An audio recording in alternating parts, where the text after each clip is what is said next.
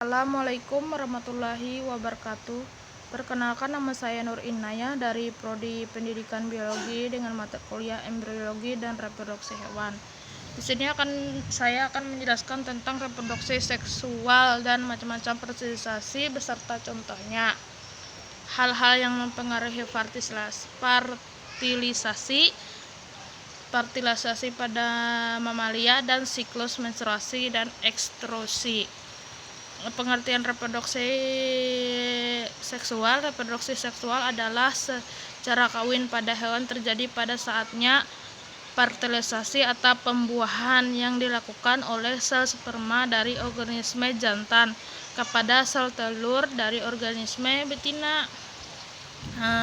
Macam-macam fertilisasi dan contoh dari fertilisasi. Yang pertama, fertilisasi internal adalah pembuahan dengan sel telur dan sel sperma bertemu di dalam tubuh betina. Contohnya terjadi pada burung dan mamalia. Yang kedua, fertilisasi eksternal adalah pembuahan dengan sel telur dan sel sperma bertemu di luar tubuh betina, seperti di dalam air. Contohnya terjadi pada reptil, ikan, dan amfibi. Hal-hal yang mempengaruhi fertilisasi. Yang pertama, suhu. Suhu air sangat menentukan keberhasilan sperma untuk membuahi ovum. Yang kedua, salinitas. Salinitas yang terlalu tinggi dapat membunuh sperma sehingga gagal membuahi ovum. Yang ketiga, kadar oksigen. Kadar oksigen dalam air yang rendah dapat menyebabkan sperma mati. Fertilisasi pada manusia. Yang pertama, sel spermatozoa harus menembus di antara sel cumulus dengan bantuan enzim halodelase. Yang ketiga, sel spermatozoa harus mampu menembus lapisan zona flaccida. Yang ketiga, spermazoa akhirnya bersatu dengan membran plasma sel telur. Siklus menstruasi. Yang pertama menstruasi. Pada fase menstruasi adalah peluruhan lapisan dinding rahim yang menebal melalui vagina. Cairan menstruasi mengandung darah, sel-sel lapisan rahim, dan lendir. Panjang rata-rata suatu periode adalah antara 3 sampai 7 hari. Yang kedua, fase peliket. Pada fase peliket dimulai sejak hari pertama menstruasi terjadi dan berakhir dengan ovulasi, didorong oleh kelenjar hipotalamus. Kelenjar hipofisis akan melepaskan hormon perangsang peliket. Hormon ini menstimulasi ovarium untuk menghasilkan sekitar 5 hingga 20 folikel atau nodul kecil atau kista di permukaan. Yang ketiga, fase ovulasi.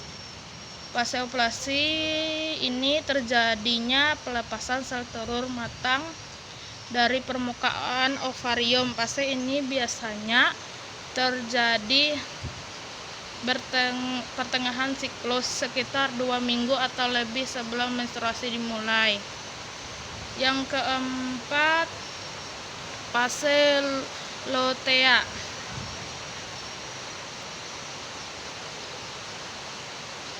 Selama ovulasi, sel telur keluar dari folikelnya, tetapi folikel yang pecah tetap berada di permukaan ovarium. Selama 2 minggu ke depan, folikel akan berubah menjadi struktur yang dikenal sebagai cosmostoleum. Struktur ini mulai melepaskan progesteron bersama dengan jumlah kecil estrogen. Kombinasi hormon ini menjaga lapisan rahim yang menebal, menunggu telur yang dibuahi menempel. Jika sel telur yang dibuahi ditanamkan di lapisan rahim akan menghasilkan hormon yang diperlukan untuk mempertahankan clostridium. Ini termasuk hormon koritogonadin, hormon yang hormon terdeteksi dalam tes urin untuk kehamilan.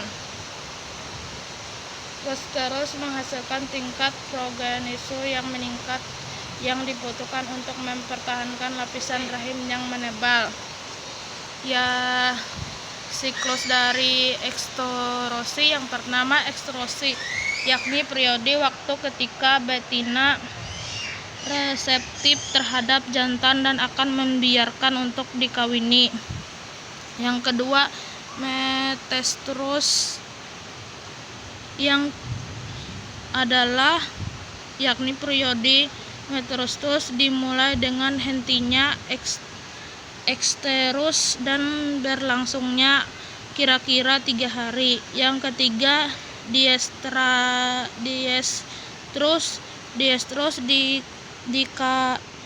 dikarakteristik sebagai periode dalam siklus estrus ketika korpus luteum fungsional penuh. Yang keempat adalah peritus, yakni dimulai dengan korpus luteum dan merusutnya progestus serta melajunya sampai dimulai ekstrus. Sekian dari presentasi saya ucapkan terima kasih atas perhatiannya. Kurang lebihnya mohon maaf. Wassalamualaikum warahmatullahi wabarakatuh.